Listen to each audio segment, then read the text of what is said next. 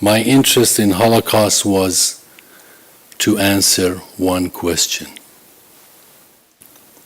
I knew that victims were there, and I knew that Nazis' intent of killing them were there. My question was, where was the world?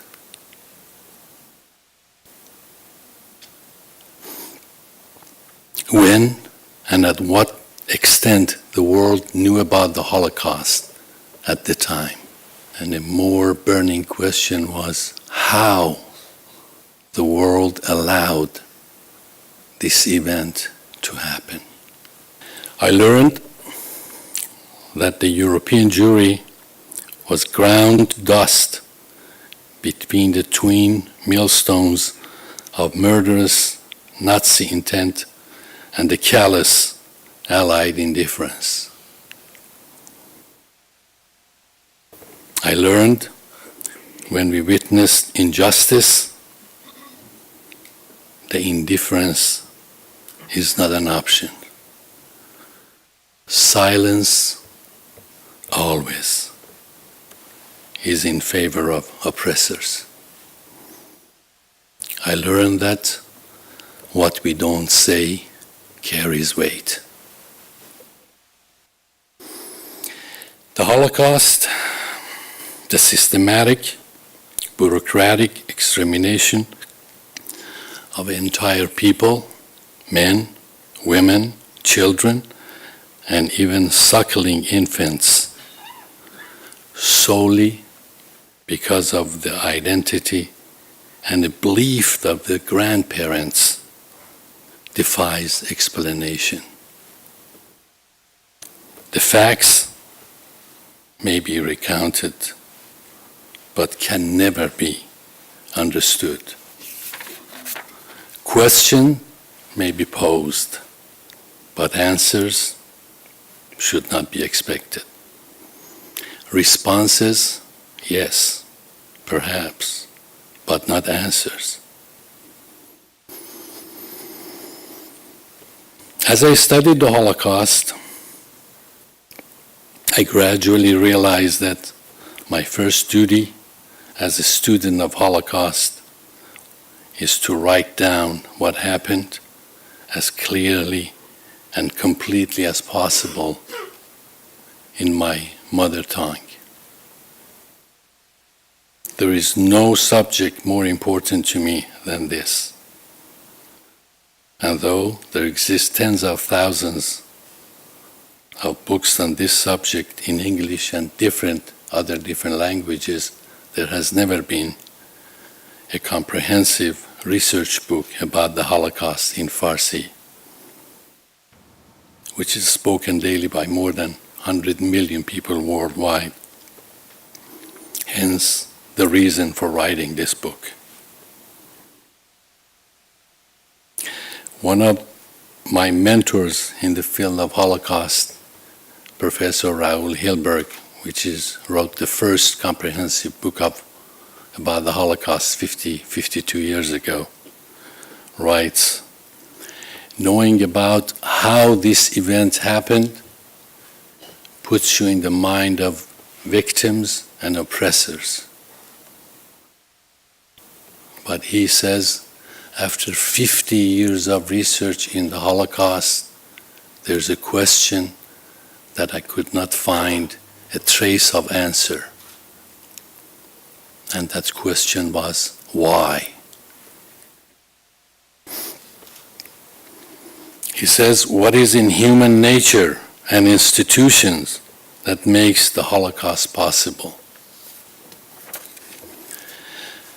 What was the source of the moral immunity felt by the Nazi killers what enabled SS men to murder children, the old and the sick, with sense of justification? And what was the reason for the senseless indifference of the world? What sets Holocaust apart from other crimes committed by Nazis is neither the number of victims, nor the way they were murdered, nor the proportion of the murdered people compared to the total number of targeted victims. The Holocaust is different because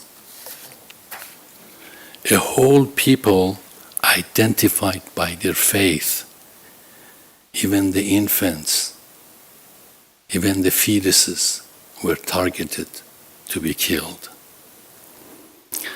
The victims had to do nothing to give offense. It was sufficient simply just to be. The Jews were murdered because they were.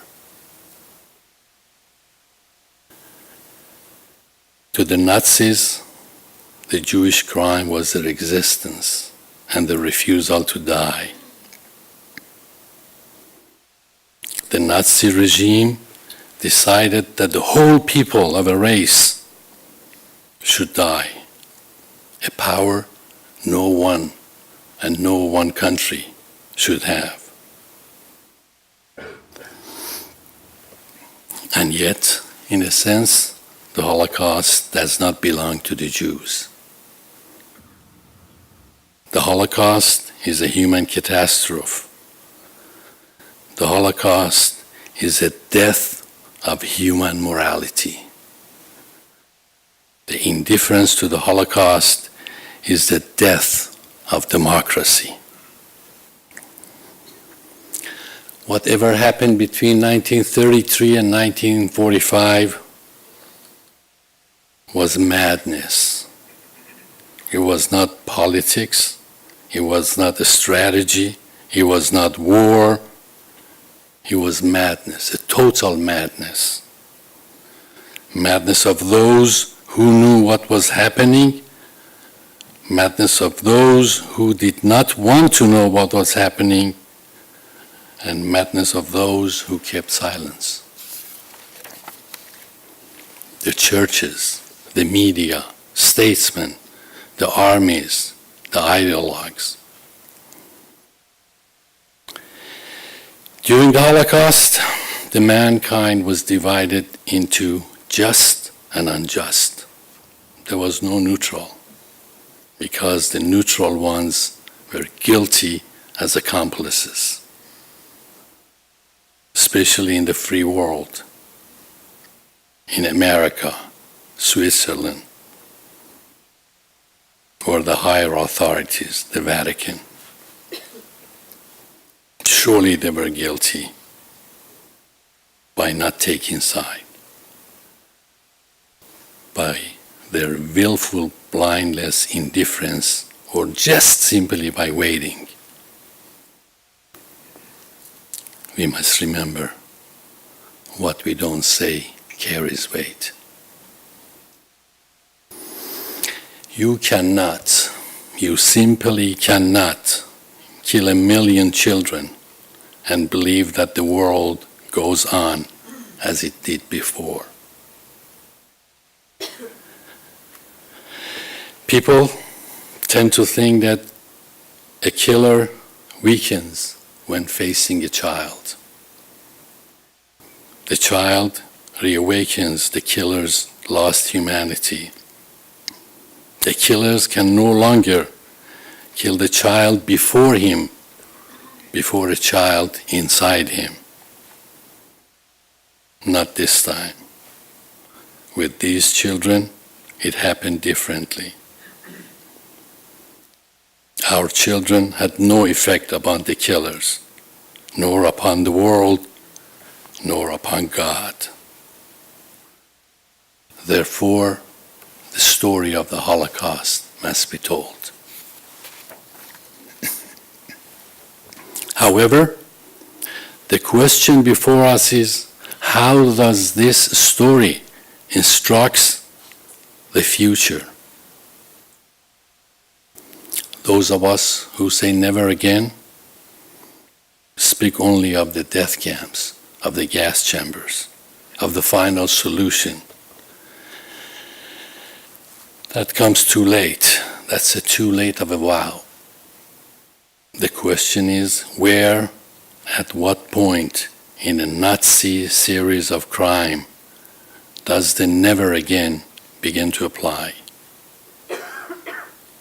The first sin was not the gas chamber. The first sin came when the Germans cast out the Jews from legal and moral equality. The right to work, to vote, to study, the right to speak, to travel, to love, to marry, the love to practice a religion, claim a theory, teach a value. All of those who are the basics of the human right to exist. And when these were cut off, the people are preordained that 6 million of them will die.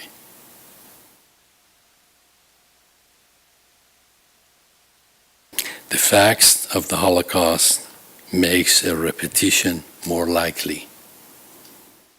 A limit has been broken. A control, an ow, is gone. Failure to confront Holocaust makes repetition all more likely.